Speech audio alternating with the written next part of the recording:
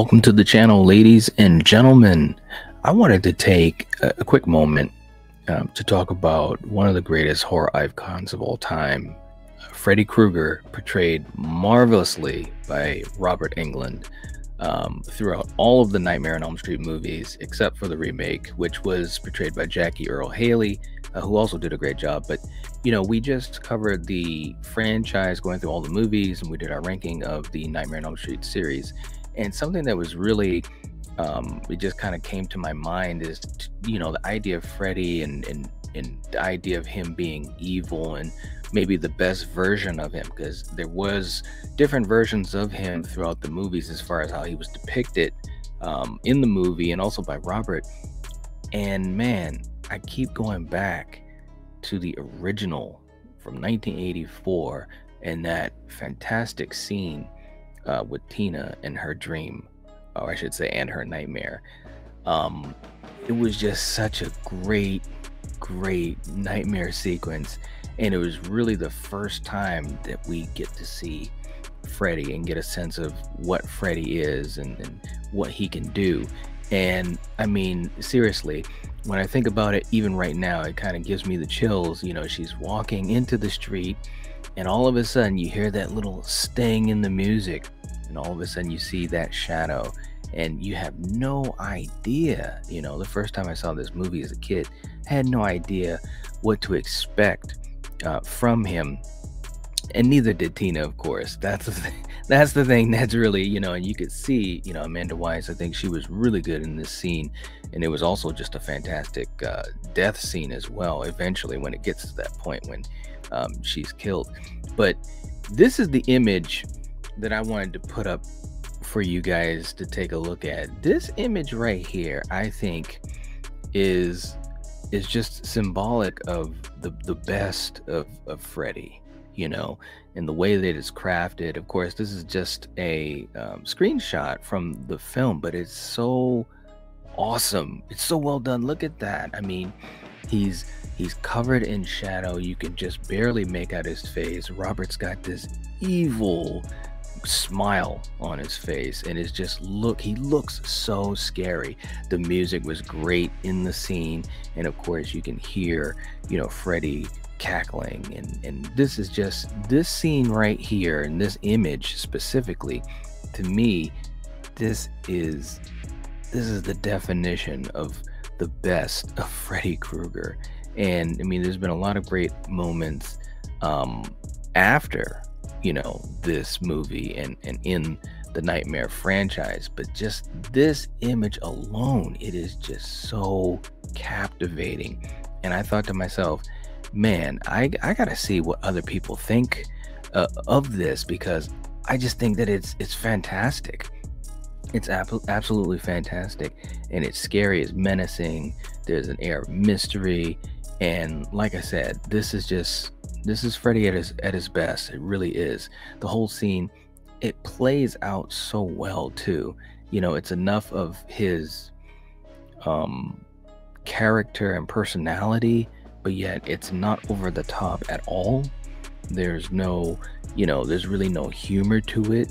I mean, of course, you know, you have the scene where you have the arms coming out, and you know, it's funny because when they were doing this gag in the movie, they were really worried about how it looked, because, you know, they've got the puppet strings and everything for the arms, for the Freddy arms. But I think because of the fact that it's a nightmare, I think that kind of covers the bases as far as things that may not look great as far as practical effects from 1984. And again, you got to remember, it's 1984. So they were definitely working with whatever they could at the time to make it look as real as possible. There was no CGI, and I'm glad, because again, when you talk about the remake, we saw what CGI, how it can adversely affect the movie or the scenes that they were shooting. You know, it just doesn't work as well. You know, I mean, Tina's in this alley and she sees this, and of course you have the famous part where she's like, you know, please God.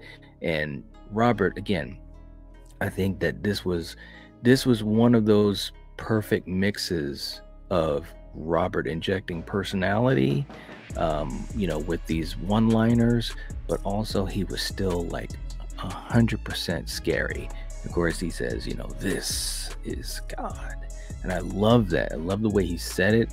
I love the way he moved the claws. I mean, even the late great Wes Craven talked about how Robert really physicalized the gloves in a way that wasn't written on page. It wasn't written in the script, but Robert was adding that with his personality. And of course, once that happens, it's all over, man. He starts chasing Tina down the street and eventually into the house when he kills her. But it's so scary, man. Even though he's running after her and he's laughing at the same time, like this is like 101, for horror movies, and especially slasher films, where you have this antagonist that you want to be scary. You want him to be commanding the screen. And then this was just a great example of it.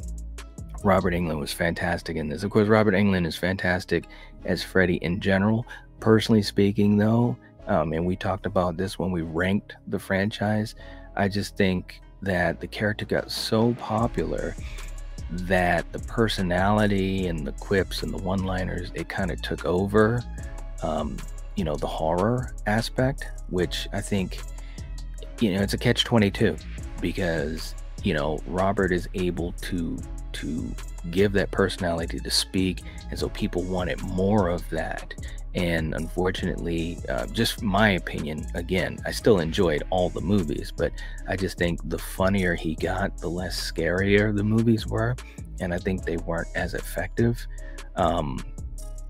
But that being said, when you get into some of the later sequels like New Nightmare, and obviously even in Freddy's Freddy versus Jason, you could see that they were still trying to get some of that old school flavor, of making Freddy scary again. And I think that's the way that Freddy should be. He should be scary. We're kind of waiting to have Freddy come back, and for the franchise to be revived in this renaissance of these slasher films. When you talk about Halloween, when you talk about Scream and TCM and Chucky is streaming, and all these things, Hellraiser on Hulu. So this is a great time for Freddy to come back, and I hope that when he does, whoever plays him, I hope they remember some of these moments from the franchise, especially from the original, where Freddy was genuinely scary.